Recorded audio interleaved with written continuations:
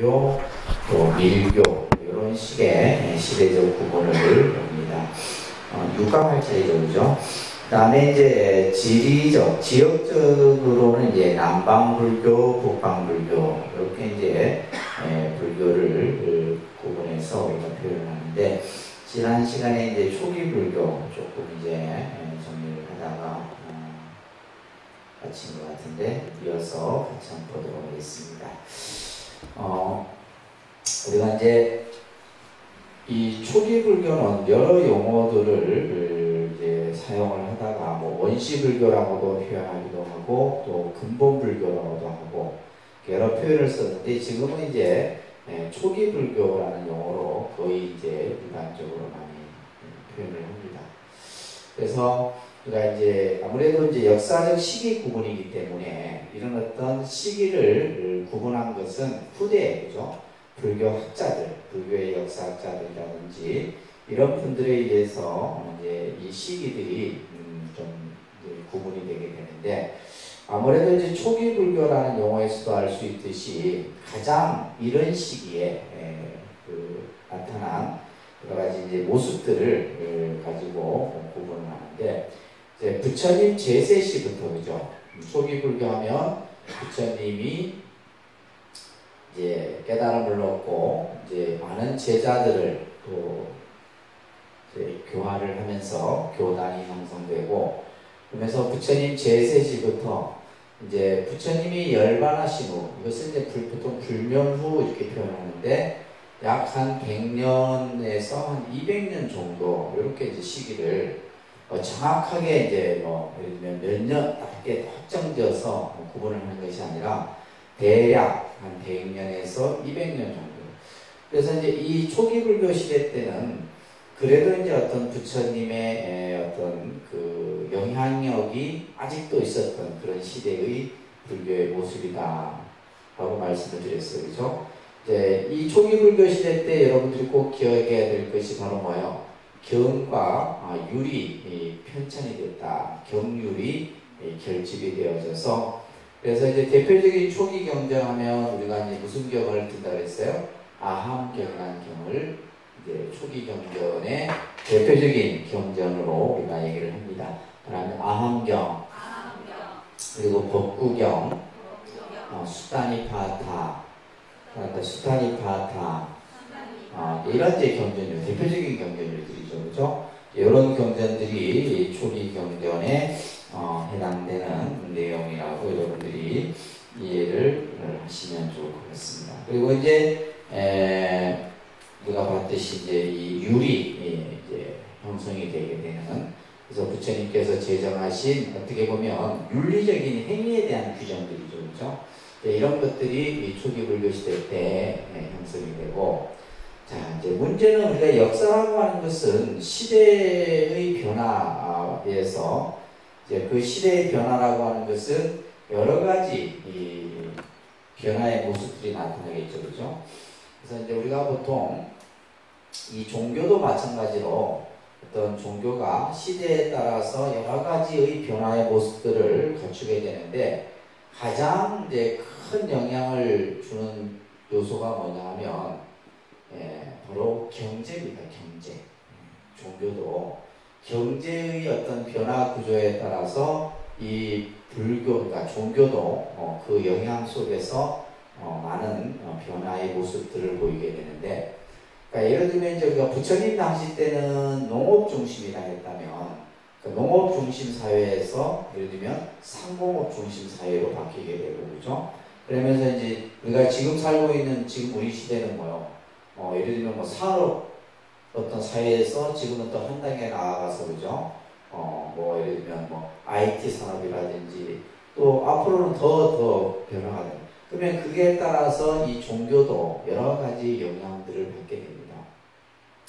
자, 그래서 이제 이 초기 불교 이후에 다음에 나타나는 불교를 우리가 부파불교 시대라 얘기합니다. 그러니까 부파불교. 부파라는 말은 말 그대로 뭐야? 파가 나누어졌다 이런 뜻이잖아요, 그죠? 부파불교. 그래서 파가 나누어지는 것을 우리는 분열이라고 합니다. 분열, 그죠? 그래서 이런 어떤 분열의 모습들이 이제 보이기 시작하는데, 그래서 제일 처음에 나타난 분열을 말합니다. 근본 분열. 네, 근본 분열이라는 말을 써요. 근본. 그래서 제일 처음에 어떻게 분열이 되냐 하면, 상자부라고 하는 집단과 대중부라고 하는 이제 집단으로 이 분열이 나타나게 돼요.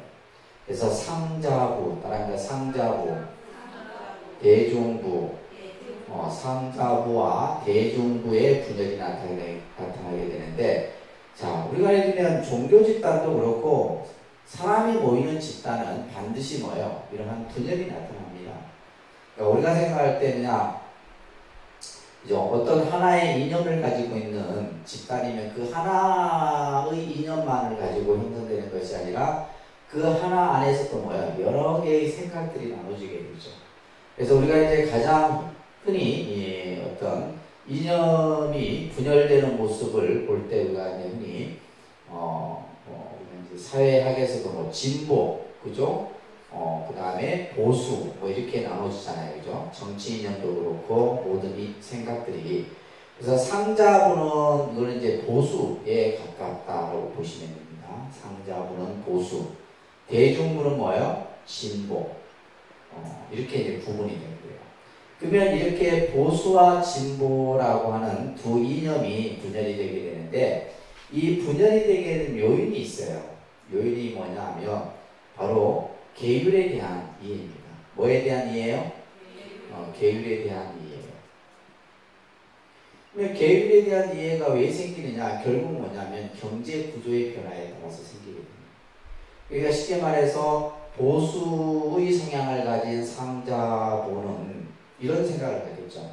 시대가 변해도 부처님이 제정하신 것은 지켜야 된다. 유지해야 된다라는 생각을 가지고 있는 파가 상자부 계통의 스님들이 있어요. 반면에 대중부, 진보는 뭐 어떤 생각을 가지겠어요? 변해야 된다. 시대가 변하고 경제 구조가 변하니까 불교도 변해야 된다. 그러니까 이제 이 두 어떤 생각이 계속해서 충돌이 생기겠죠. 충돌이 생기다가 나중에는 이제 결국 뭐냐면 지말 분열이 또 나타나게 돼요. 그러니까 지말 분열. 근본 분열에서 지말이라는 말은 뭐냐, 여러 파가 나눠지게 됩니다. 그래서 실질적으로 약 한 18개에서 20개 부파로 나누어집니다. 자, 지금도 마찬가지잖아요. 우리가 똑같은 불교인데, 그죠? 똑같은 불교인데도 그 부처님 말씀을 가지고 파가 몇 개로 나눠졌어요. 우리나라 같은 경우만 해도 불교가 100개 이상의 종파가 나눠져 있잖아요. 조계종, 천태종, 뭐 순종, 무슨 종 해서, 그죠? 그렇듯이 당시에도 이렇게 약 한 20개 부파의 모습으로 나눠지게 되는, 자, 이러한 모습의 불교를 우리는 무슨 불교를 한다? 부파 불교라고 얘기를 하는 겁니다. 자, 교재를 한번 보시면, 자, 부파 불교 시대 한번 잠깐 보도록 할게요. 자, 처음 이제 분열이 나타난 것은 부처님이 열반하신 후 약 100년 정도 경에 나타났다고 보고 있어요. 그러니까 이 시기를 아쇼카왕 전후 시기다, 이렇게 이제 역사학자들이 보는데, 그러니까 우리가 역사적 시기를 구분할 때 어떤 역사적 유물이라든지 이런 것도 중요하지만은 그 시대의 왕을 기준으로 해서 역사적 어떤 그 시기를 잡습니다. 특히 이 아쇼카 왕이라는 왕은 여러분들이 꼭 기억을 해 두셔야 되는 왕인데, 이 아쇼카 왕은 인도를 최초로 통일한, 그 넓은 영토를 최초로 통일한 왕이 바로 아쇼카 왕이에요. 그래서 이 아쇼카 왕이 또 불교에 끼친 영향이 굉장히 큽니다. 그래서 이 아쇼카 왕을 중심으로 한 여러 가지 논문들도 있고 그래요. 그래서 이 아쇼카 왕이 즉위한 전후의 시대를, 그 시대를 이제 우리가 이제 분열이 나타나기 시작했다, 이렇게 보는 겁니다. 자, 그러면서 이러한 이제 시대의 변화에 따라서 교단도 이념과 사상에 따라서 분열이 나타나기 시작하는 시기가 바로 부파불교 시대인데, 자, 여러분들 그 밑에 보시게 되면 분열의 원인은 첫 번째 뭐라 되어 있어요? 근본 분열인데, 이 근본 분열. 자, 이 근본 분열에서는 10가지의 문제를 가지고 논쟁이 벌어지게 돼요. 10가지 문제. 그래서 십사라는 표현을 씁니다. 이제 교리사적으로 굉장히 중요한 사건이에요. 이 사건이. 인도에 바이샬리라고 하는 지역이 있는데, 이 바이샬리는 이제 상공업 중심의 도시예요. 우리 뭐 창원과 같은 그런 도시죠. 경제 활동이 막 이루어지고, 막 어떻게 보면 이제 막 소비라든지 이런 것들이 이제 활성화되었던 그런 어떤 도시인데, 이 바이샬리에서 논쟁이 벌어지게 되는 거예요. 그 논쟁이 10가지 문제라 해서 이것을 뭐라는 십사라는 10가지 문제를 가지고 논쟁을 벌이게 되는데, 자, 여러분들 그 밑에 몇 가지 예가 나와 있죠, 그죠? 첫 번째 보게 되면 금은정을 소유할 수 있다. 이건 뭐냐면 요즘 말로 하면 사유재산이 되는 거죠. 그러니까 예를 들면 지금도 뭐 스님들이 사유재산을 소유해도 되느냐 안 되느냐, 사유재산에 대한 이런 얘기들이 끊임없이 나오잖아요, 그죠? 그러니까 이미 2000년 전에 이제 이런 문제들이 논의가 됐던 거죠. 그 다음에 이제 어떤 사유재산에 대한 문제와 더불어서 또 하나는 음식에 대한 얘기가 또 아주 중요한 그 논쟁거리였어요. 두 번째가 뭐냐면 우유를 마실 수 있느냐 없느냐, 우유를 마셔도 되느냐 안 되느냐 하는 이런 문제들. 그 다음에 이제 소금이라는 표현이 나오는데, 이때 당시 소금은 재산의 어떤 물물 교환이 가치가 있었던 물품 중에 하나였어요. 내가 소금을 가지고 있으면 때로는 쌀도 살 수 있고 어떤 것도 이렇게 교환할 수 있는. 그래서 이제 소금을 소유할 수 있느냐 없느냐. 또 어떤 경우가 있냐면, 여기서 다 이제 기재를 하진 않았지만은 발효되지 않는 그 즙을 마실 수 있느냐 없느냐. 그러니까 쉽게 얘기해서 이제 우리가 이제 그 스님들의 이런 어떤 여러 가지 이 행위에 대한 것을 규제하고 있는 것이 율장이라고 하는, 이제 우리가 아까 제1결집 때 율이 제정이 되어 있잖아요, 그죠? 이 율장에 보게 되면 굉장히 세세한 내용들이 많습니다. 음식에 대해서 또 먹어도 되는 음식, 먹어서는 안 되는 음식, 또 예를 들면 음료에 대해서도 마셔도 되는 음료, 마셔서는 안 되는 음료. 근데 이제 그게 보게 되면 제가 이제 이쪽에 제가 좀 연구를 했었어요. 학교 다닐 때.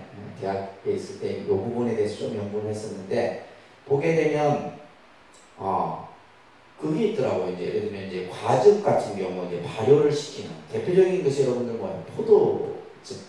요즘 말로 와인이죠, 그죠?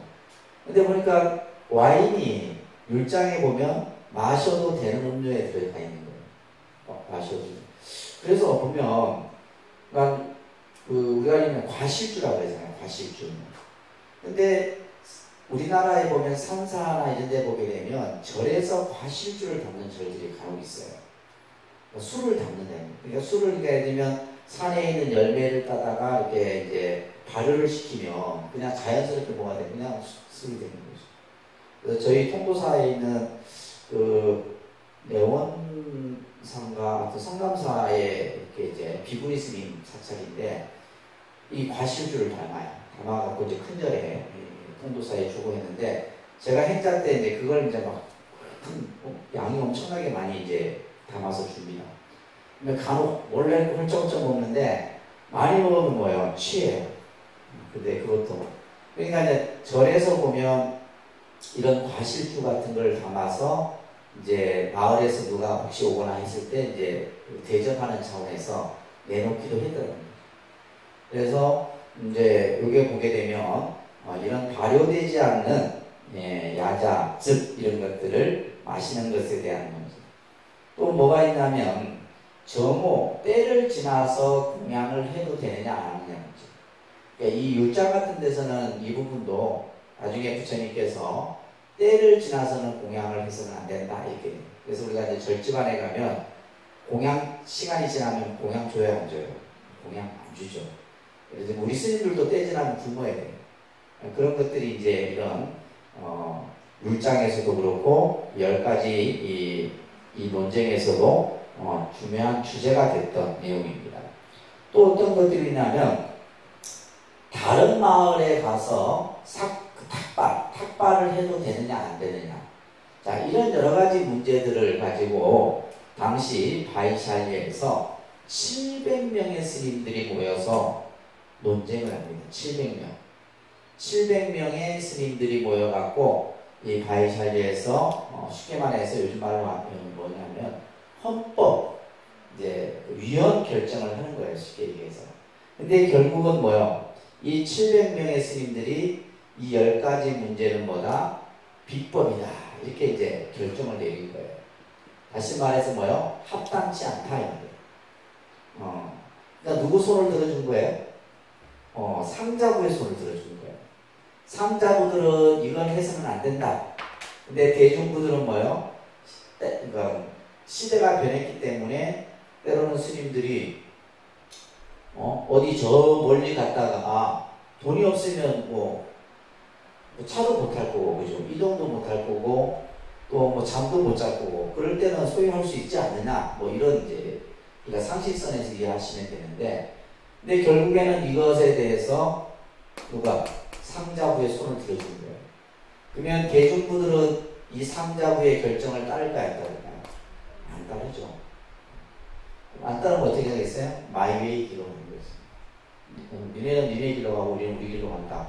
그렇게 해서 나타나는 것이 바로 무슨 분열? 지말 분열이에요. 요 흐름을 잘 이해를 하셔야 됩니다. 아셨죠? 알겠습니까? 그래서 이러한 분열이 약 200년 정도 사이에 계속 지속이 됩니다. 그러니까 부처님이 열반하신 후 약 100년에서 200년 사이에 요 짧은 한 100여 년 사이에 이런 분열들이 계속 일어나서 나중에는 20개 부파로 나눠지게 되는데 대중부에 이제 9개 부파가 나눠지게 되고 그 다음에 상자부가 11개 부파가 나누어지게 되었다. 그러니까 이 개념을 이해를 하시면서 특히 이 부파불교 시대 때는 여러분들이 꼭 기억을 해야 되는 내용이 뭐냐 하면 이 부파불교, 그러니까 분열이 나타난 원인도 여러분들이 잘 이해를 해야 되지만은 이 부파불교 시대 때는 논장이 성립되었다. 이거는 꼭 기억을 하셔야 됩니다. 초기 불교 때는 뭐가 성립이 되고 경과 율이 성립이 되고 부파불교 시대 때는 뭐가 성립이 됐다? 논장이 성립이 되었다. 우리 앞 시간에 3장 얘기를 제가 잠깐 해드렸죠. 그죠? 따라합니다. 경율론. 그러니까 우리가 부처님의 말씀을 3가지로 이제 그것을 전체적으로 묶어서 표현할 수 있는데 첫 번째는 경이고 그 다음에 두 번째는 율이고 세 번째는 이 논입니다. 그러니까 경율론. 경은 부처님의 말씀을 모아놓은 것을 경이라 얘기하고 그죠? 율은 뭐예요? 부처님의 어떤 행위 규범을 제정해 놓은 것을 율이라고 해요. 율. 그 다음에 논은 이제 이 논이 뭐냐면 경을 다시 주석, 설명을 붙여놓은 거예요. 쉽게 얘기해서 어떤 거냐면 반야라는 이 용어를 그죠? 이 논소에서는 여러 각도에서 이것을 이제 논리적으로 설명을 하는 거예요. 그러니까 논문으로 치면 뭐에 해당되냐면 주석서에 해당돼요. 주석. 우리가 이제 논문 보면 각주가 있죠, 그죠? 각주가 있는데 그러니까 이제 예를 들면 경의 어떤 의미라든지 뜻을 더 세부적으로 풀어서 만들어 놓은 것이 바로 논서예요. 논서. 자, 이 논을 아비달마라는 표현으로도 표현을 했다. 아비달마. 그래서 우리가 아비달마라는 말을 많이 쓰는데 이것이 이제 바로 부파불교라는 그런 의미도 함께 가지고 있습니다. 이것은 대법에 대한 이제 뜻인데 다시 말해서 법에 관한 연구, 또 교리나 또 교리에 대한 연구 해석을 뜻하는 것이 바로 아비달마 이런 뜻이에요. 그래서 논은 법에 대한 주석으로서 경의 자세한 설명, 해석을 조직적으로 체계화시켜 놓은 것. 자, 여기에서 여러분들 꼭 기억해야 될 것이 뭐냐? 불교가 왜 어렵냐라고 했을 때 바로 이 논서 때문에. 또 이제 앞에서도 제가 말씀드렸죠. 20개 부파가 형성이 되면서 똑같은 불교를 20개의 각도에서 보는 거예요. 그러니까 설명이, 예를 들면 반야라는 설명이 각 부파마다 설명이 다 틀려.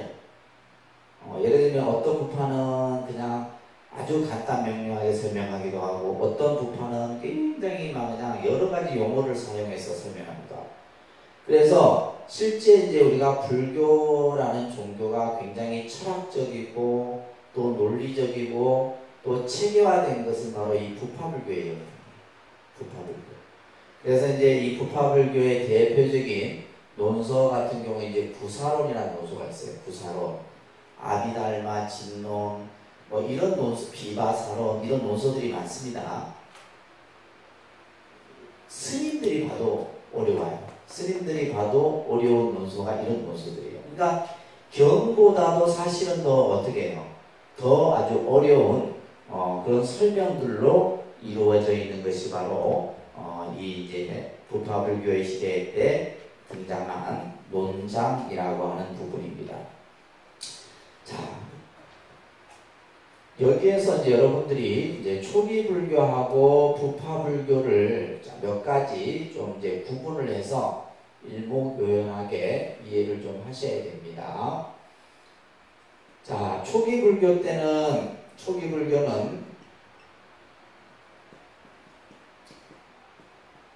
이제 초기 불교 때는 아까 뭐가 성립이 됐다? 경과, 유리 성립이 됐고, 그죠? 경유리 성립이 되고, 부파불교 시대 때는 뭐가 성립이 됐다? 논장이 성립이 되었다. 그리고 이 초기 불교 때는 나름대로 뭐요? 아직까지 부처님의 영향, 부처님의 교화의 힘이, 그 어떤 힘이 남아있었던 시대예요. 그렇기 때문에 이제 크게 어떤 분열이라든지 또 이렇게 어떤 이렇게 파가 나누어지고 이런 모습은 좀 적었어요. 그러면서 이제 사람들이 부처님에 대한 생각을, 어떤 생각을 많이 가졌냐면 그냥 부처님은 중생을 이끄는 스승이고, 그죠? 또 우리가 올바른 길을 인도하는 인도자로서의 그러한 이미지로 부처님을 바라봤단 말이에요. 그런데 이제 부파불교 시대가 되면 이것에 대한 개념들이 더 어떻게 돼요? 확대되겠죠. 더 확대됩니다. 그래서 논장이 성립되고, 이 부파불교 시대 때는 또 여러분들이 중요한 것이 출가 중심의 불교 교단이 형성이 되게 돼요. 그러니까 출가 중심이라고 하는 것은 뭐냐면 그러니까 스님들입니다. 불교라고 하는 것을 스님들만의 전유물로 생각했어요.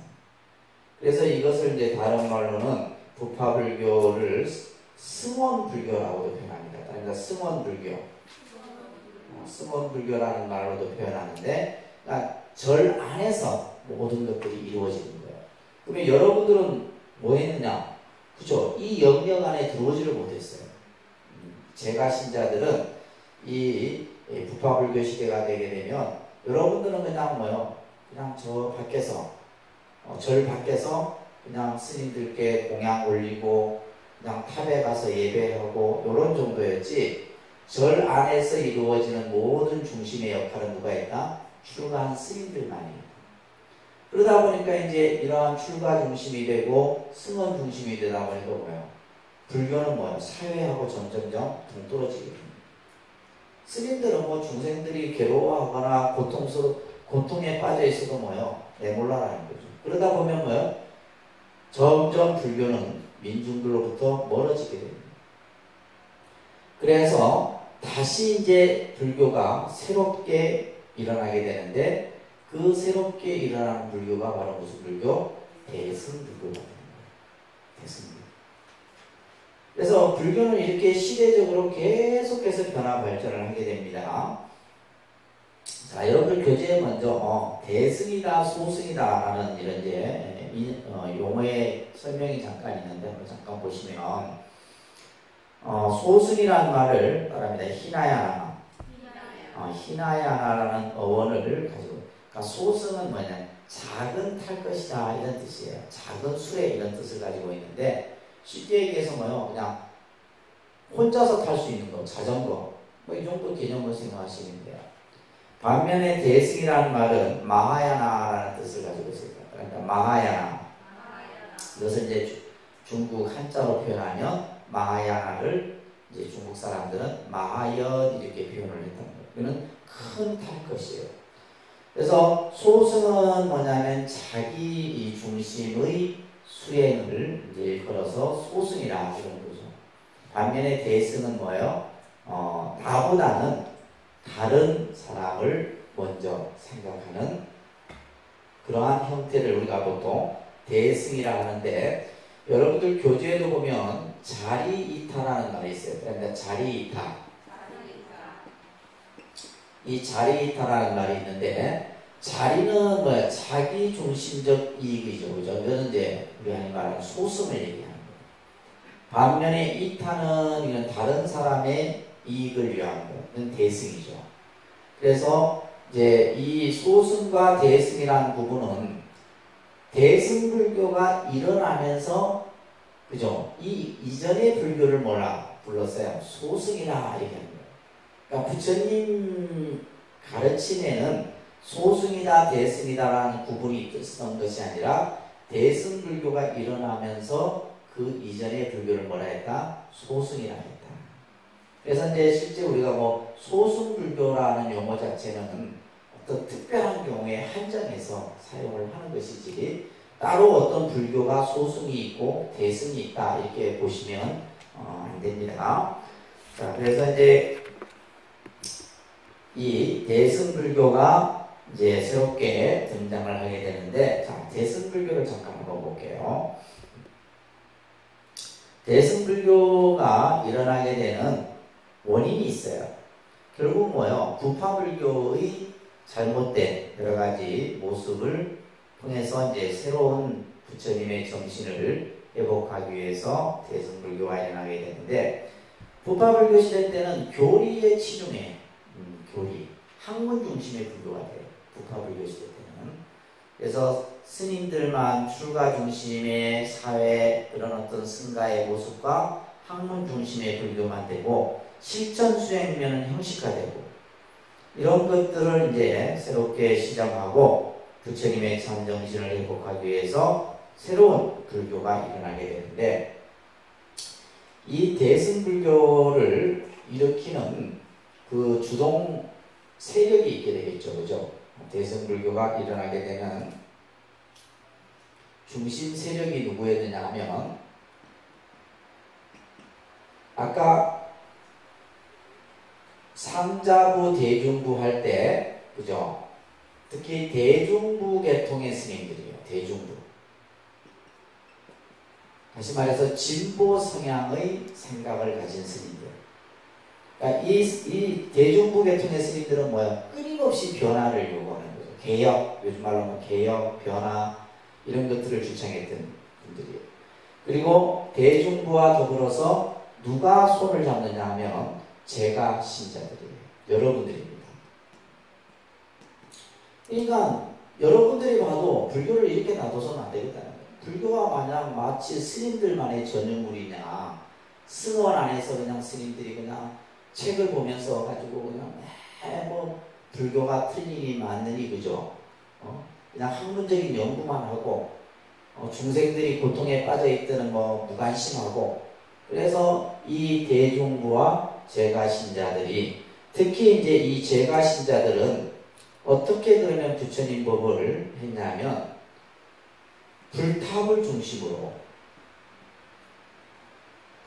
중심으로 이 제가신자들은 그 불탑에 가서 예배하고 공양 올리고 이렇게 이제 그 신앙생활들을 유지를 해왔던 거예요. 그래서 이 대중부 계통의 이제 진보 성향의 스님들과 제가신자들이 새로운 부처님의 정신, 여기서 중요한 것은 부처님의 참 정신이라고 하는 것에 여러분들이 좀 주목을 하셔야 됩니다. 부처님이 이 세상에 오신 이유가 뭐냐? 부처님이 우리들에게 법을 설한 이유가 뭐고, 결국 뭐요? 불교가 가지고 있는 가장 근본 정신은 뭡니까? 불교가 가지고 있는 가장 근본 정신은 중생 제도입니다. 중생 제도. 그죠? 중생을 구제하는 거예요. 이 중생 제도라고 하는 이 문제가 가장 큰 문제인데, 지금 부처님이 열반하시고 지금까지의 불교는 이런 모습을 보이지 않았다는 거예요. 그냥 늘 뭐 그냥 책만 가지고 그냥 옳고 시비를 따지고, 그죠? 자, 그래서 부처님의 참정신인 중생 제도를 위해서 새로운 뭐가 필요했던 거예요? 구도자가 필요했던 거예요. 새로운 어떤 인물. 그 인물이 바로 누구예요? 그러니까 보살이에요. 보살.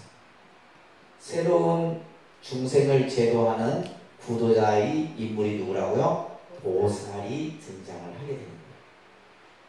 그래서 요 지금 개념들 여러분들이 잘 이해를 해야지만 이제 앞으로 대승불교의 여러 가지 공부들을 하는 데 있어서 중요한 하나의 키포인트가 되는 겁니다.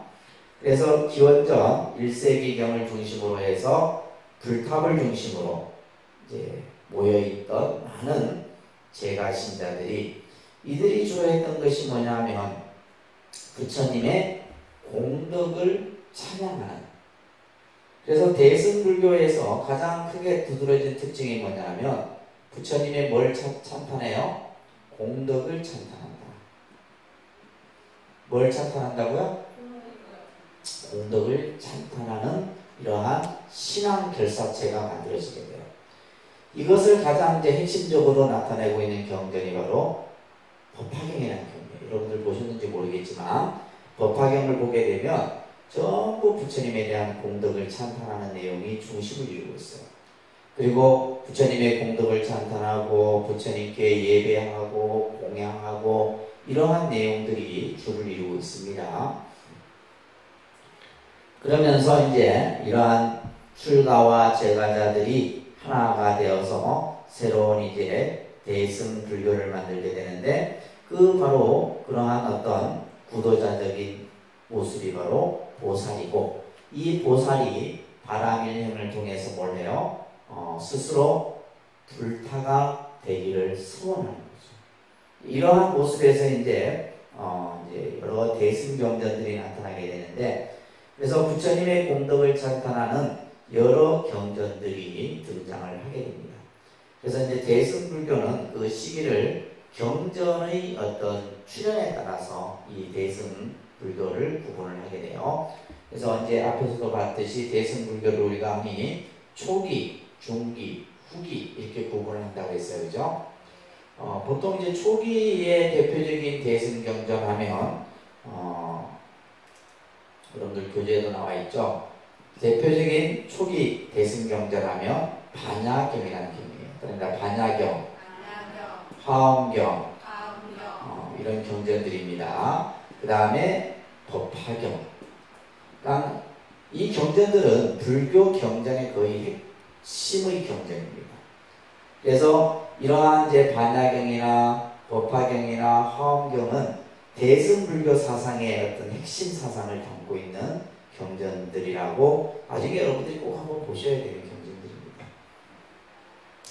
자, 이러한 대승경전들은 불탑신앙을 중심으로 해서 부처님 전에 뭐하고 참회하고 예배하고 보시하고 그러면서 부처님의 공덕을 찬탄하는 이러한 내용들이 등장을 하게 돼요.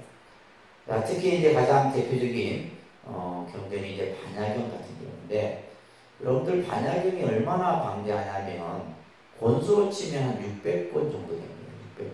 그래서 609 반야라 얘기를 해요. 609 반야고, 여러분들 금강경이라는 경전 들어보셨죠? 금강경.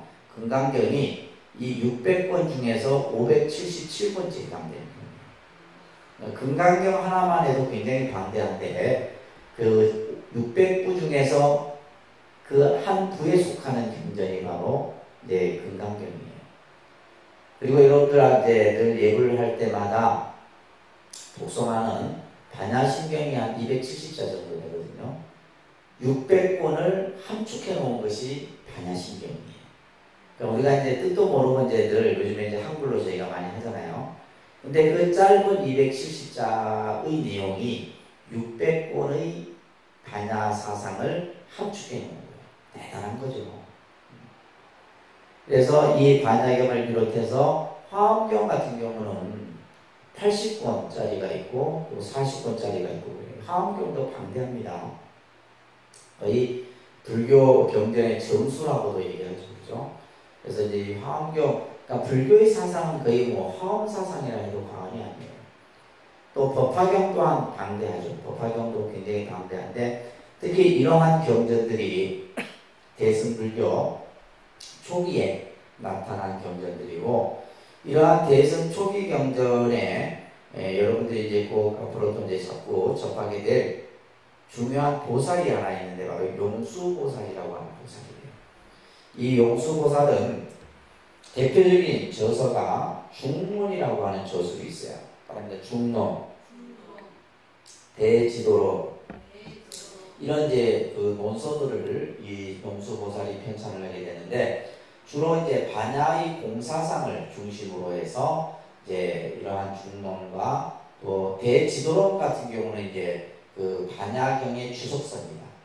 그래서 지도론 같은 경우는 한 100권 정도 분량의 저서라고 보시면 돼요. 그래서 이 용수보살을 중심으로 해서 대승 초기의 반야와 이런 어떤 공사상과 관련된 이런 내용들이 정리가 되게 돼요. 그러다가 이제 대승 중기가 되게 되면 새로운 또 불교의 사상이 등장을 하게 돼요. 그다음에 유식사상, 열애장사상. 그래서 대승 중기가 되게 되면 유식이라는 것은 불교의 마음 구조를 밝혀놓은 것이 유식이라는 겁니다. 나중에 여러분들이 이제 전문과정에 가시면 어떤 것들을 공부하냐면 지금은 이제 이런 내용들 여러분들이 이제 그냥 타이틀로만 접하게 되는데 화엄사상, 법화사상, 천태사상, 유식사상, 불성, 열애장 쭉 사상적으로 보세요. 원래는 이제 그런 것들을 저희 이제 동국대학교 같은 경우에는 학부에서 공부하고 대학원에서도 석사에서도 공부하고 박사에서도 공부하고 이런 식으로 체계적으로 공부하죠. 전공들이 다 틀립니다. 그러니까 세분화되어 있어요. 그러니까 불교가 굉장히 방대한 거죠. 그냥 우리가 그냥 단순히 어렵다 이렇게 이제 생각하기보다는 굉장히 방대하기 때문에 그 내용이 굉장히 깊습니다. 이 유식사상과 열애장사상을 중심으로 해서 이 대승중기에 여러분들이 이제 기억해야 될 보살이 무착세친이라는 보살이 있어요. 대승초기는 용수보살이고 대승중기는 누구요? 무착과 세친이라고 하는 보살이에요. 자, 이분들이 이제 여러 논서들을 또 이제 짓게 되는데 대표적인 경전들이 있어요. 그러니까 승만경, 열방경, 해신밀경, 능가경, 대승기신론, 유가사지론, 석대승론, 유식삼십송. 제목만이라도 한번 읽어보자 이거예요. 언제 볼 기회가 있을지 모르지만 여러분들이 그러니까 이런 내용들을 저희 이제 스님들도 불교학을 평생을 본다 해도 다 못 봅니다. 실제. 그래서 승만경이나 열방경 같은 경우는 이제 열애장 사상이나 불성 사상 이런 내용들을 담고 있습니다. 능가경, 대승기신론 같은 경우는 이제 저희 이제 동인불교대학에서도 이제 간혹 이 대승기신론 정도는 저희가 한번 봅니다. 굉장합니다. 내용 자체가. 특히 유가사지론 같은 경우는 이제 유식에 대한 논서, 대표적인 논서가 유가사지론이에요. 그 다음에 이제 세친 무착보살이 지은 석대승론이라든지 유식 30송 같은 경우는 유식에 대해서 아주 일목요연하게 저희가 이제 보통 대학에서 한 석사 때 유식 30송을 이제 원문으로 그냥 공부를 하기도 해요. 그만큼 방대한 이런 이제 다양한 불교의 사상들이 나타나게 돼요. 그리고 이제 대승 후기가 되면 이제 밀교라고 하는 또 불교의 형태가 나타나게 되는데 이 밀교는 그 인도의 고대 신앙, 그 다음에 힌두교, 또 불교가 이렇게 접목돼 섞여 있는 신앙의 형태가 밀교입니다. 그래서 이제 밀교라는 것이 나중에 이제 뭐 여러 가지 밀교도 여러 분류가 있어요. 그래서 비밀 불교라는 형태로 해서 주로 이제 어떤 그 종교 의식과 관련된. 그래서 여러분들 지금 이제 우리 한국 불교도 보면 한국 불교는 굉장히 다양한 색깔을 가지고 있는 불교예요. 한국 불교가. 우리 불교는 보면 한 1700년 됐잖아요. 그죠? 우리가 불교가 우리나라에 들어온 지가 1700년 됐는데, 한국 불교는 보면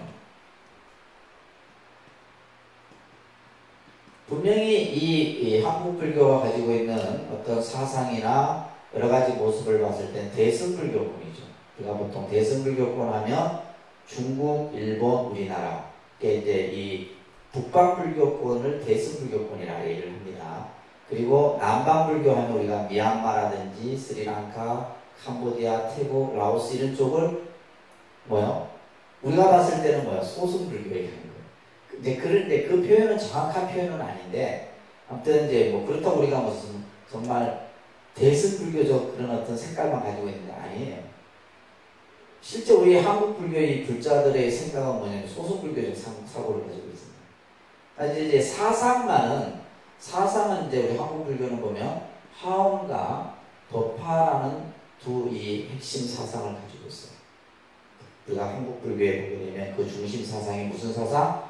화엄과 법화 사상이에요. 그래서 보면 이제 신라 시대 때 보면 화엄 시찰이라 해서 예를 들면 이제 해인사라든지 저 영주 구석사라든지 이런 절들은 전부 화엄 사상을 바탕으로 해서 절을 만들게 됩니다. 그 다음에 우리가 이제 의식을 보게 되면 밀교 의식을 또 중심으로 하고 있어요. 그래서 예를 들면 우리가 뭐 천도, 제를 지내는 의식이라든지 불공할 때 의식이라든지 이런 것들을 보면 전부 뭐예요? 밀교 의식이에요. 그러니까 밀교 의식은 주로 뭐래요? 진원, 다란이 이런 것들이 전부 밀교 의식이에요. 그러니까 여러분들 뭐 천주교 같은 데 보면 뭐 신묘장구 대다란이 있는 거 있잖아요. 그죠? 전부 이게 밀교적 성격을 가지고 있어요. 그러니까 사상은 화엄과 법화 사상을 중심으로 해서 있으면서 또 의식의 측면에서는 뭐야? 밀교적 의식도 이렇게 같이 가지고 있는 이런 모습들을 우리가 이제 볼 수가 있습니다. 자, 그래서 우리가 이제 불교를 2600년 된 불교를 시대적으로 구분하면 초기 불교, 부파불교, 대승불교, 밀교, 요런 이제 한 4단락 정도로 여러분들이 이제 기본 틀을 좀 이제 인식을 하고 계시면서 이제 그 중간중간에 나타난 특징들을 함께 이해하시면 조금 불교를 이해하는 데 도움이 되겠습니다. 자, 근데 이제 우리가 이제 불교를 공부하면서 많은 사람들이 왜 인도에서 불교가 발생했음에도 불구하고 지금 인도는 불교가 그죠? 유적만 있지 전체 없어요. 오히려 실제 이제 이 불교가 전파된 남방불교나 북방불교 쪽이 오히려 불교가 더 이제 그 신자들도 많고 그죠? 특히 뭐 우리나라나 중국이나 이런 쪽에서 불교의 교세나 또 수행이나 학문적 연구들이 더 일어나고 있대요. 자, 그래서 우리가 이제 인도에서의 불교 멸망이 어떻게 해서 이런 현상들이 나타나는가 보게 되면 불교는 부파불교 이후에 학문적 불교로 발달돼요. 그래서 사실은 이게 이제 우리가 불교가 너무 학문 중심의 불교가 되는 것은 바람직하지 않습니다. 사실 실천 중심의 불교가 돼야 되지 어떤 이론 중심이 되고 학문 중심이 되게 되면 근데 여러분들이 이제 이렇게 이제 불교를 공부하는 이유도 뭐예요? 실천을 하기 위해서 하는 거잖아요. 그죠?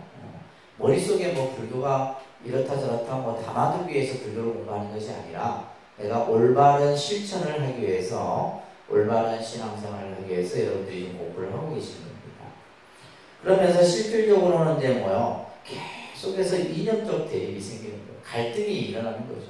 불교 자체 안에서 여러 이제 파간의 이제 갈등이 그러면서 이제 또 때로는 부패의 모습들도 나타나게 되고 그러다가 13세기 초 이슬람 교도가 어떤 내부 자체의 문제점도 있었지만은 뭐예요? 외부의 어떤 그 이슬람이나 회교도들에 의한 이런 어떤 영향으로 인도에서 불교가 점차 소멸되어 가게 되죠. 그래서 이것을 내부적 요인과 외부적 요인으로 조금 구분을 해봤어요. 첫 번째, 내부적 요인은 앞에서도 얘기했듯이 뭐요? 너무 지나친, 그죠? 지나친 학문 중심의 불교가 되었다라고 하는 이런 부분들. 그리고 엄격한 계율이 있는 출가 교단이 적었다는 것은 뭐냐면 바른 수행을 하는 출가 수행자들이 적었다라고 하는 거예요. 그러니까 이 말은 결국 뭐냐면 승가가 부패해져 갔다는 거죠. 이런 부분들이 있었고, 또 세 번째도 같은 맥락이죠, 그죠? 사유재산을 소유하게 되고, 또 어떤 세속적 향락을 추구하는, 그러면서 민중들의 일반 대중의 어떤 함께하지 못했다라고 하는 이런 부분들. 근데 이러한 어떤 역사적 모습은요, 우리 한국 불교도 마찬가지예요. 특히 여러분들 이제 고려불교, 고려사에 대한 얘기를 할 때, 그 아주 화려했던 불교가 고려 말이 되게 되면 거의 몰락을 하게 됩니다. 몰락을 하게 되는 가장 대표적인 요인이 이런 부분들이에요. 그러니까 이제 불교 자체가 뭐야? 너무 부패해져 버리는 거죠. 그러니까 심지어는 보면 뭐 고려사 이렇게 보게 되면 스님들이 뭐 고리대금업을 할 정도로 그 정도로 부패했었다는 이런 기록들이 나와요. 또 심지어 사찰에서 노비를 두고 있었고 이런 아주 그러면서 이제 일반 민중들로부터 마음을 떠나게 되는 이런 모습들이 우리 한국 불교사도 나타나듯이 이제 이 인도 불교사도 마찬가지예요. 그 다음에 네 번째가 불교가 밀교화되었다라는 거. 근데 이 밀교화되었다라고 하는 이런 부분들이 굉장히 이제 밀교가 보면 뭐 딴뜨라라든지 여러 가지 이제 밀교적 성격들이 강해요. 그래서 밀교도 보면 때로는 이제 어떤 주술적인 이런 성향도 있지만 때로는 이제 또 성적인 이런 어떤 그 내용도 담고 있어요. 그래서 이제 예를 들면 우리가 그 고려 시대 때 라마교가 몽골에 의해서 라마교가 들어와 갖고 고려 불교가 또 이렇게 굉장히 좀 이렇게 부패해가는 이런 모습들을 우리가 보게 되는데 이런 요인들이 이제 인도에서 불교가 사라지게 된 내부적 요인으로 보고 있고, 그 다음에 이제 외부적 요인은 뭐냐면 기존에 이제 그 부처님 당시에 그 성행했던 바라문교가 다시 이제 도화를 하게 됩니다. 결국 이제 어떤 그 당시 왕들에 의해서 이런 어떤 종교적 변화들도 많이 나타나게 돼요. 그래서 바라문교의 부활과 그 다음에 이슬람교도가 인도에 침입을 하면서 불교의 유적은 유적, 그 다음에 모든 것을 다 없앱니다. 이슬람 교도에 의해서. 그래서 불교가 완전히 씨가 말라지게 되는 이런 이제 그런 또 시련을 겪게 되고, 또 1200년경에는 이제 회교대들에 의해서 불교가 박해를 당하고, 그러다 보니까 이제 인도 자체에서 불교가 쓸 수 있는 자리가 없어져 버리게 되는 거죠. 그러니까 지금은 이제 보면 아주 가난하고 천민 계층의 사람들만 인도에서 불교를 이제 겨우 이제 이게 신앙하는 정도로 있다고 보시면 돼요. 지금의 인도는 거의 뭐요? 힌두교 중심이죠. 그죠? 힌두교 중심의 불교가 됐다.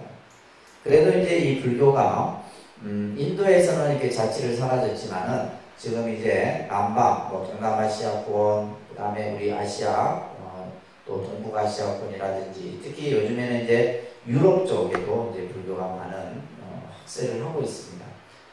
특히 이제 유럽 쪽 같은 경우는 서구나 유럽 쪽 같은 경우는 이 사람들은 이제 뭐냐면 신앙적 입장에서 불교를 보는 것이 아니고 주로 학문 중심의 입장에서 불교를 이제 많이 접하고, 특히 이제 명상이라든지 이런 데 이제 좀 관심이 많다 보니까 불교를 많이 연구를 하고 있는 실정이다라고 보시면 됩니다.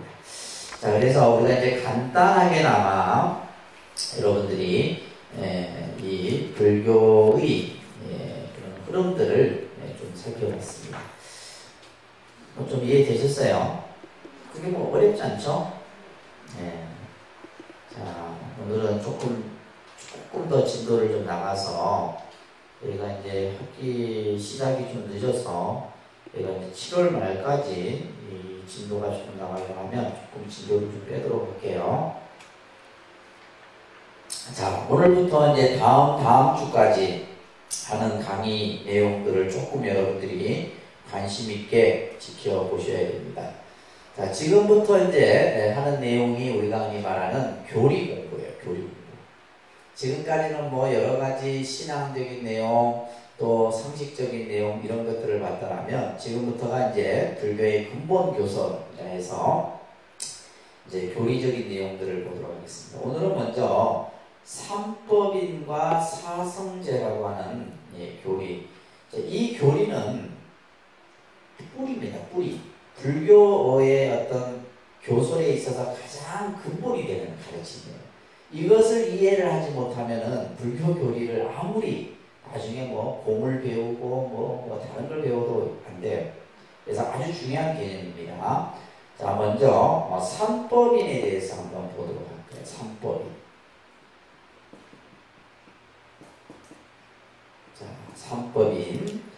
자, 불교에서 삼법인에서 법이라는 뜻은 법리라는 뜻을 가지고 있어요. 법자. 그래서 이치자를 써서 법리라는 뜻을 가지고 있고, 이는 이 도장이자죠, 그죠? 이건 인증의 뜻을 가지고 있어요. 인증한다. 그래서 법인이라는 의미는 결정코 확실히 그러하며 다시 변경할 수 없다라는 가르침을 가지고 있어요. 쉽게 말해서 우리가 있잖아요. 도장을 한번 딱 찍고 나면 다시 되돌릴 수 없잖아요. 마치 그와 같은 의미가 바로 법인의 뜻이에요. 그래서 이것을 이제 불법의 특징이다. 불법의 가장 중요한 어떤 개념이다라고 말씀드릴 수가 있는데, 자, 우리가 이제 먼저 이 법에 대한 개념을 여러분들이 잘 좀 이해를 하셔야 돼요. 한자로는 법법자입니다. 그죠? 법법자인데, 이 한자의 이 법이라는 글자 속에는 여러 가지 이제 우리 한자적 뜻이 있죠. 첫째는 뭐냐면 어떤 법칙, 규범이라는 뜻도 있고, 그죠? 우리가 그래서 뭐 이제 뭐 법하면 대부분 이런 개념으로 생각해요. 두 번째는 진리라는 뜻을 우리가 표현할 때도 법법자를 씁니다. 진리, 이런 뜻, 그죠? 법. 그 다음에 이 세 번째 뜻이 중요해요. 현상이라는 뜻을 쓸 때도 법이라는 의미로 이렇게 불교에서 써요. 그러니까 이제 불교에 이제 우리가 경전을 본다든지 또 이렇게 보다 보면 이 법자가 나오면 대부분 요 세 개의 범주 안에서 쓰여지는 뜻이에요. 그래서 때로는 진리라는 뜻으로도 법을 쓰기도 하고, 또 어떤 규범이나 법칙으로라는 뜻으로도 쓰기도 하고, 어떨 때는 뭐예요? 현상이라는 뜻으로도 쓰입니다. 자, 이 말이 무슨 말이냐면, 여러분들 반야신경들 독송을 좀 하고 계시잖아요. 그죠? 반야신경에 보게 되면 제법이라는 말이 나와요. 제법. 모든 법은 공하다. 제법 공상 이런 말이 나와요. 그죠? 반야신경에. 이때 제법이라는 말. 이 제자는 모든 제자예요. 모든 제자. 이것을 이제 같은 한자어가 있는데 일체라는 말과 모든이라는 말은 한자적으로는 같은 뜻이에요. 그죠? 말합니다. 제법, 일체법. 이렇게 이제 이 용어들을 경전에서 많이 씁니다. 말합니다. 제법. 그래서 우리가 반야신경에 보면 제법 공상 이런 말이 나오잖아요. 모든 것은 다 공의 모습이다 이런 뜻이에요. 그러면 이 제법의 의미를 먼저 여러분들이, 그러면 이 법자가 어떤 의미로 쓰였느냐? 법칙, 진리 아니에요. 여기서는 모든 나타난 모습, 현상은 나타난 모습을 현상이라는 거예요. 지금 여러분들 눈에 보여지는 것, 이거 뭐예요? 법이에요. 법. 모든 나타난 모습은 전부 뭐다? 공의 모습이다 이런 뜻이에요. 제법 공상할 때. 그러니까 일체법도 마찬가지예요. 그래서 이 세상의 이치, 여기서 이제 현상 이런 뜻이에요. 이 세상에 나타난 모습은 전부 뭐다? 일체법이라. 이렇게 표현하는 거예요. 그러니까 일체법. 그 일체법의 실상. 또 우리가 이제 불교에서 용어 중에 법화경 같은 데 보면 제법 실상 이런 말을 써요. 제법 실상. 그러니까 제법 실상. 좀 어렵죠, 그죠? 여기서도 지금 제법이라는 말을 또 쓰고 있잖아요. 모든 것은, 그러니까 모든 일체의 이치는, 모든 일체에 나타난 모습은 이런 뜻이에요. 그것은 뭐다? 실상이다. 자, 이게 이제 어려운 거예요. 아니, 반야신경에서는 제법을 공상이라 했고, 그렇잖아요. 제법을 공상이라 했고, 법화경에서는 제법을 실상이라 했고요. 뭐 어떤 게 맞느냐? 같은 말이에요, 사실은. 같은 말입니다.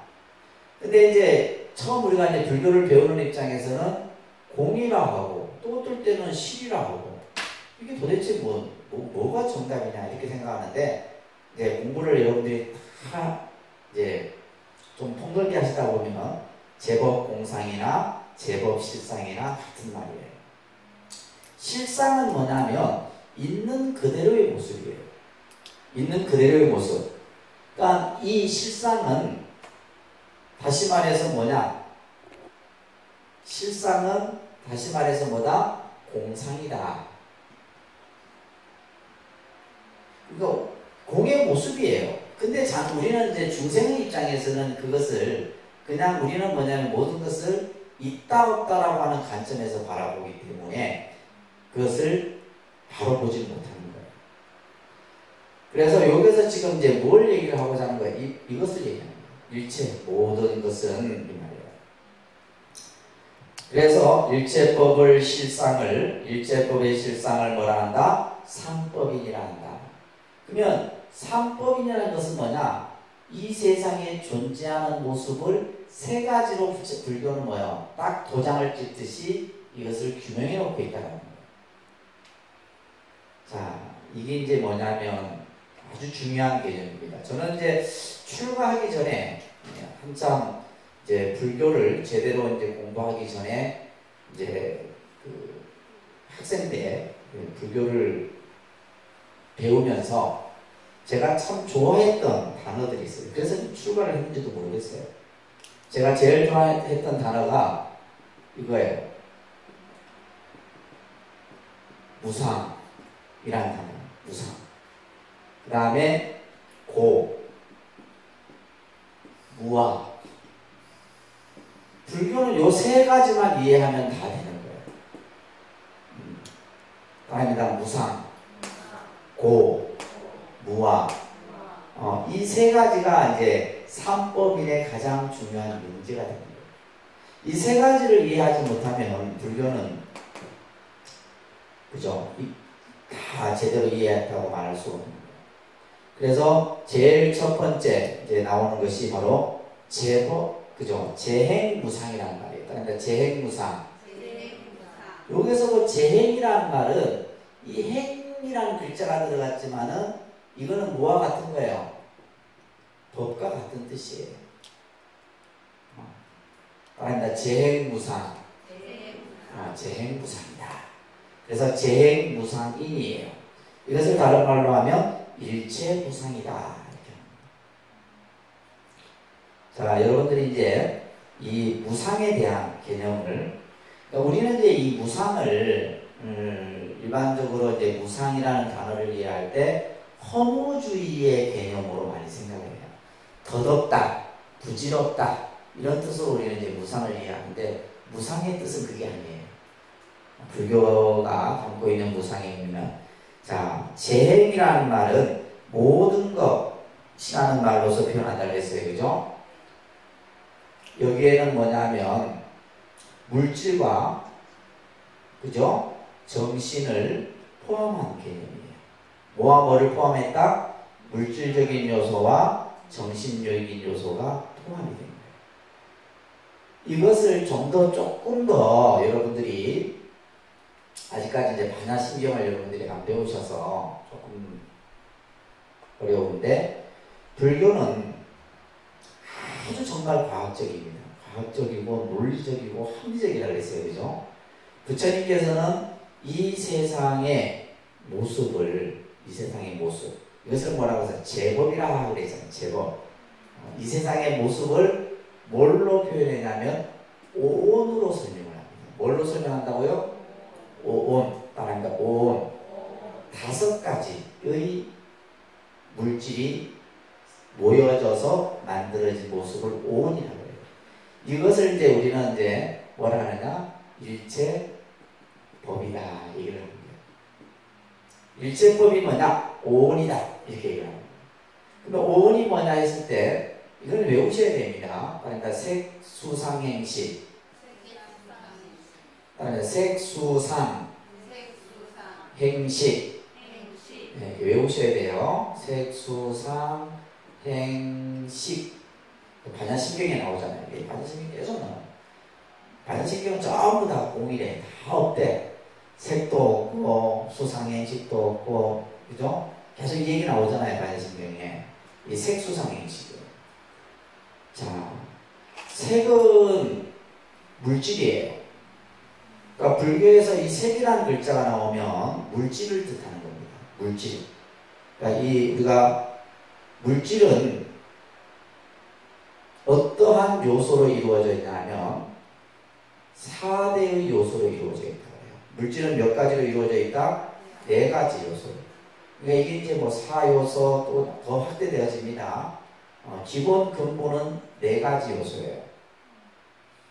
이것을 지수화풍이라고 해요. 뭐라 한다고요? 네, 지수화풍도 외우셔야 돼요. 물질을 이루는 4가지 요소. 4대라고 해요. 4대. 자, 우리 몸뚱아리는 뭘로 이루어져 있어요? 여러분들 이 몸뚱아리는, 이 몸이 뭘로 이루어져 있어요? 지수화풍 4대로 이루어진 거예요. 우리 몸이 뭘로 이루어졌다고요? 그래서 지는 이거는 뭐예요? 딱딱한 거예요. 딱딱한 거. 땅은 딱딱하잖아요. 그래서 예를 들면 우리 몸에 뼈, 근육이나 이런 것들은 전부 지의 기운으로 있어요. 그래서 이 4대는 다시 본래 4대로 돌아가는 거예요. 본래 왔던 자리로 돌아가는 거예요. 그래서 지, 그 다음에 우리 몸의 80%가 뭐예요? 수분이죠. 혈액, 침, 뭐 우리 몸에 그죠? 80% 이상의 수분이 돼요. 수. 화는 뭐예요? 불이죠. 이거는 뭐냐면 우리가 예를 들면 막 그냥 여러분들 오실 때 혈압 막 제거했잖아요. 이거 화예요. 내가 막 그냥 혈압이 올라갔다 저갔다 불기운이에요. 불기운. 풍은 이건 뭐예요? 호흡이에요. 숨을 들여 마시고 내쉬는. 그래서 물질을 이루는 4가지 요소로 이루어져 있다. 그리고 수상행식은 이거는 뭐예요? 정신이에요. 정신. 그래서 물질과 정신으로 이루어져 있다. 좀 어렵죠, 그죠? 근데 이제 이렇게 한 번 듣고 자꾸 여러 번 듣다 보면 나중에 이제 반야신경 들을 때 이제 지금 이 한 번 들었던 게 나중에 도움이 됩니다. 그래서 색수상행식으로 이루어져 있다. 부처님께서 제자가 물었습니다. 나는 무엇으로 이루어져 있습니까? 부처님께서 오온으로 이루어졌느니라. 뭘로 이루어졌다고요? 오온으로 이루어졌다. 그러니까 정신과 물질의 요소로 나가는 것이 이루어져 있다. 자, 그래서 지금 여기서 재행무상을 지금 이제 설명하고 있잖아요. 그죠? 한번 보시면 부처님께서는 이렇게 먼저 말씀을 하십니다. 뭐라 말씀하셨느냐? 색은 무상하고, 따라합니다. 색은 무상하고, 색은 무상한 것이고, 따라합니다. 무상한 것은 괴로움이고, 괴로운 것은 무아이다. 수상행식도 또한 그와 같느니라. 자, 이렇게 말씀을 하셨어요. 또 지금 스크린에 보시면 일체는 모두가 무상하고 괴로움이고 무하다. 그러니까 불교는 이거예요. 무상, 고, 무하. 이 세 가지예요. 일체 모든 것은 다 뭐다? 무상한 것이고, 무상하기 때문에 뭐한 거예요? 괴로움이고, 괴롭다라는 것은 결국 뭐다? 무아이다. 이 세 가지의 핵심이 불교의 모든 것이에요. 이걸 이제 부처님께서 우리들에게 말씀하셨는데, 무상이라는 개념은 뭐냐면 쉽게 얘기해서 변한다 이런 뜻이에요. 무상의 뜻이 뭐라고요? 변하는 거예요. 뭐 부질없다, 허무하다 이런 뜻이 아닙니다. 무상은 한자적으로 보면 항상됨이 없다 이런 뜻이에요. 상자는 항상 상자거든요. 항상 영원한 것은 없다. 그러니까 영원한 것은 없다라는 말은 쉽게 말해서 무상이라는 말은 무슨 뜻이다? 변하는 것이다. 변한다. 이렇게 이해를 하셔야 됩니다. 아시겠죠? 무상의 의미는 뭐라고요? 변한다라는 거예요. 그래서 한순간도 정지되어져 있지 않고 끊임없이 변하는 것이다.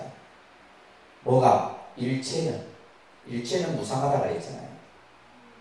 자, 보세요. 어떻게 무상하느냐 하면 우리 이 인간의 육체는 뭐예요? 무상하잖아요. 그죠? 무상하죠. 왜 무상해요? 우리는 생로병사의 그죠? 이 과정을 누구나 겪게 됩니다. 늙고 병들고 죽음이라는 것을 겪게 됩니다. 무상한 거예요. 이걸 허무하다 생각하면 안 됩니다. 허무하다 생각하고 이거 뭐 부질없고 더덥다 이렇게 생각하면 안 해요. 무상의 뜻은 허무하고 또 예를 들면 더덥고 이런 뜻이 아니에요. 변하는 거예요.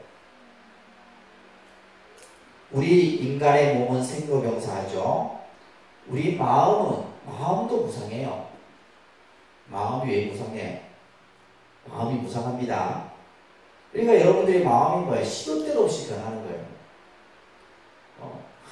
처음 마음 그냥 영원한 마음은 없습니다.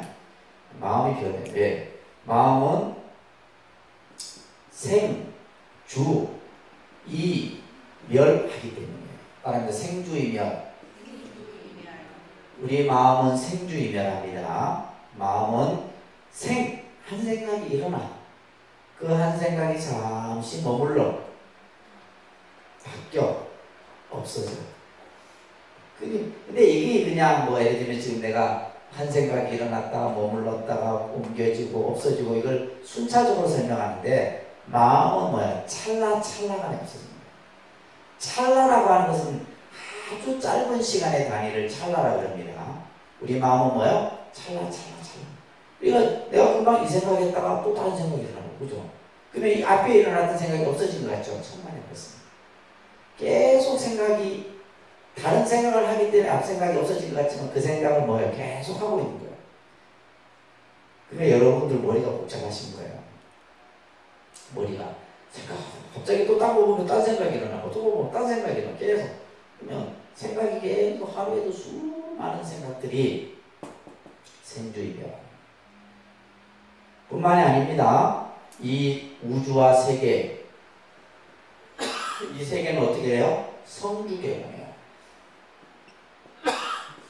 이루어지고 머물렀다 무너지고 다시 공으로 돌아가는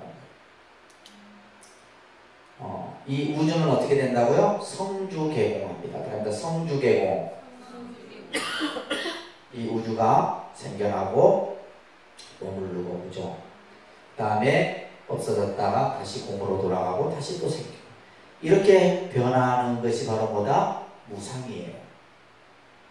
그래서 여러분들이 불교를 제대로 이해하려고 하면 무상을 이해해야 돼요.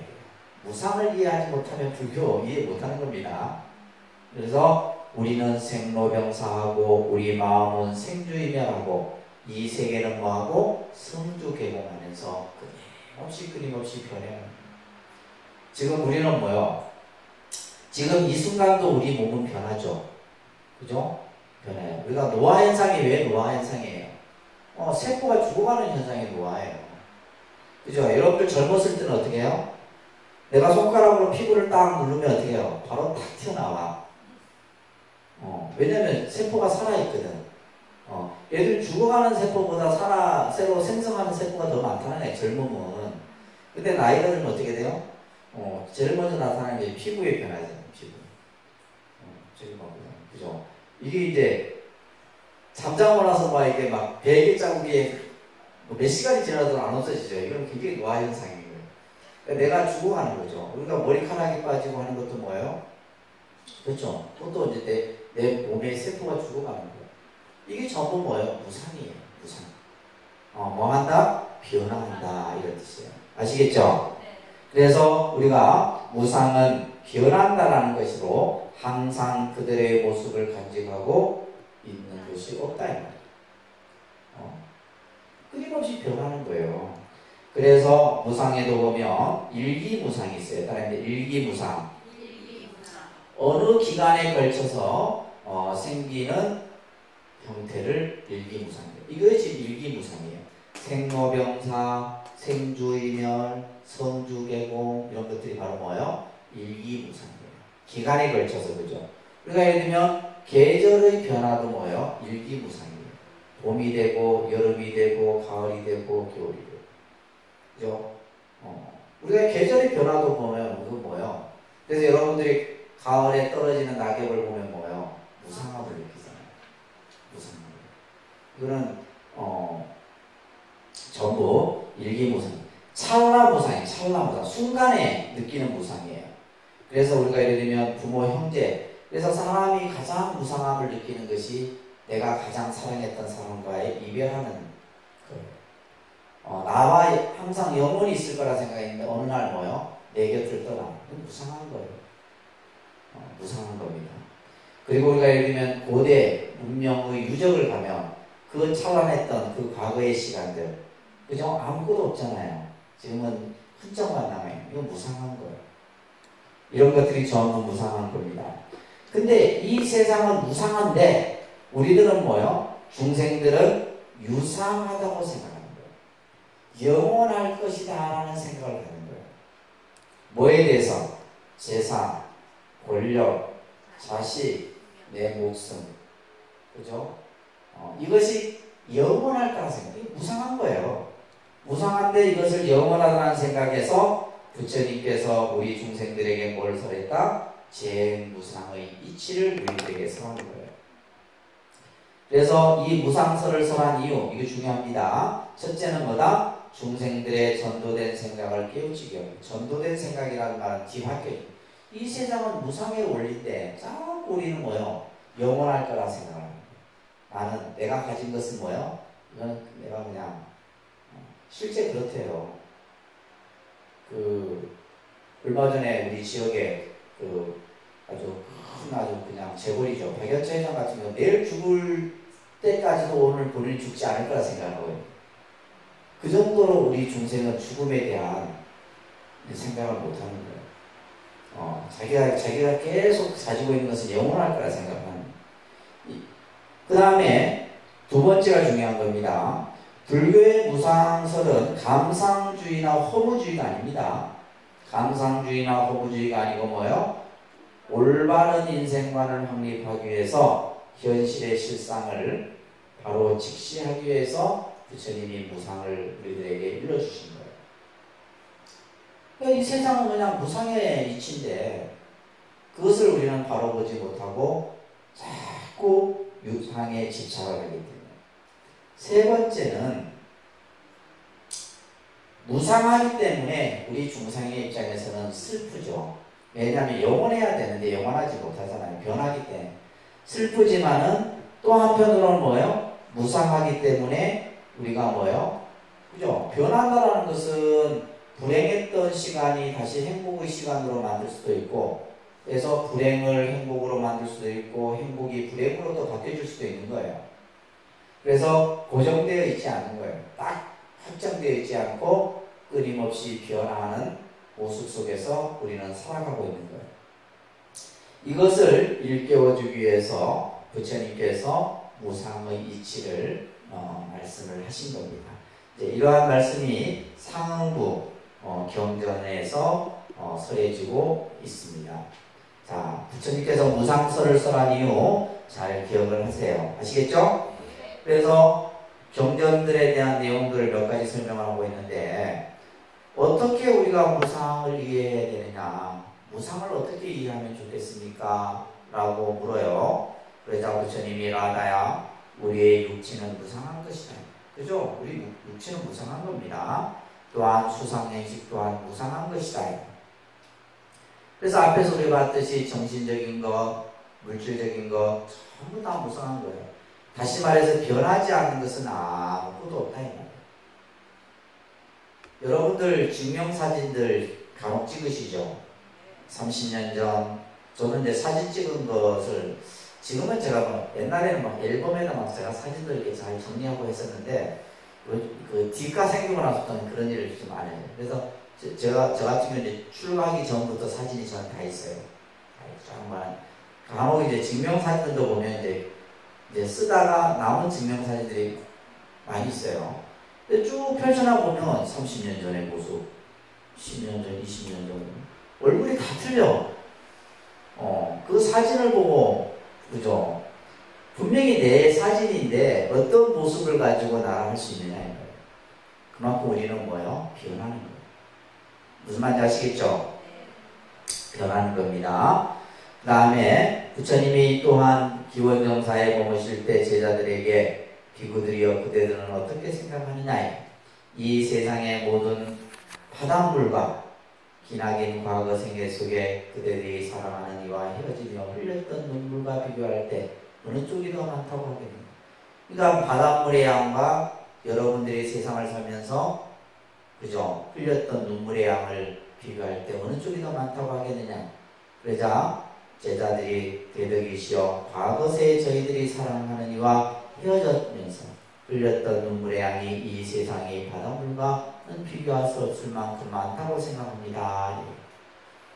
그 말에 대해서 부처님이 옳답이고요. 우리들이 기나긴 과거세 수없이 많은 부모의 죽음을 맞이했고 자식과 뭐 친척 등의 죽음도 맞이했었다. 그때마다 우리들의 눈물의 양은 이 세상의 모든 바다의 물을 합쳐놓는다 할지라도 비교도 안 될 것이다. 이런 말씀을 경전해보고 있습니다. 그러니까 우리가 이 세상을 그죠? 이 모든 우리의 삶의 모습들이 전부 무상의 모습에서 나타나고 있다는 얘기예요. 자, 이런 경전들이 쭉 초기 경전에서 설해지는 겁니다. 또 부처님이 겐지스강에서 제자들에게 이런 설법을 합니다. 비구들이여 저 겐지스강의 물결을 봐라. 이제 강의 물결을 보라 이렇게 이러면서 자, 저기에 소용돌이가 있고 있다. 물에 소용돌이가 있고 있는데 그것을 잘 살펴보면 본래 소용돌이라 할 만한 것도 없다. 역시 소용돌이의 본질이라고 할 만한 것도 없다. 그것은 뭐다? 끊임없이 변화하는 물의 현상에 불과한 것이다. 이런 가르침들이 나중에 이제 대승경전인 반야경 같은 데서 그대로 설해집니다. 금강경이나 이런 경전에서도. 그리고 인간이라는 존재도 역시 그와 마찬가지입니다. 그래서 이제 금강경에 보면 어떤 구절이 나오냐면 일체유의법, 여몽한포용, 여로용, 여전, 응장여시관 이런 구절이 나와요. 무슨 말이냐 하면 일체 모든 것은 아까 제법, 제핵 이런 말 했죠. 그죠? 일체 모든 것은 아침 이슬과 같고 저녁 연기와 같고 번개불과 같고 이걸 뭐요? 잠깐 나타났다 없어지는 것들이잖아요. 그런 것이다. 그만큼 뭐다? 모든 것은 우리가 마치 실체가 있다고 생각하지만 실체가 있는 것이 아니다 이 말이에요. 그래서 이제 이걸 예를 들면 이제 조금 여러분들 이해하기 쉽도록 이걸 우리는 컵이라 하잖아요. 근데 실체 입장에서는 컵이 아니라 컴이야. 뭐냐? 컴이라고 그냥 이름을 붙여놓은 것 뿐이다. 나라고 하는 것도 마찬가지죠. 여러분들이 예를 들면 김아무개 뭐 무슨 아무개 그냥 부모로부터 흩어져서 내가 태어나서 그죠? 이름을 붙여놓은 거예요. 그러니까 예를 들면 우리가 생로병사의 이 무상의 원리에서 이 육신이 사라지고 나면 나라는 것 또한 실체가 없는 거예요. 그래서 나중에 뭐예요? 무아의 개념이 나오는 겁니다. 자, 그래서 이 무상, 고, 무아라는 요 단어가 불교의 핵심 단어예요. 아시겠죠? 그래서 이걸 통해 갖고 우리는 뭐야? 새로운 세계의 모습을 여러분들이 보시게 되는 거예요. 자, 오늘은 이 무상까지만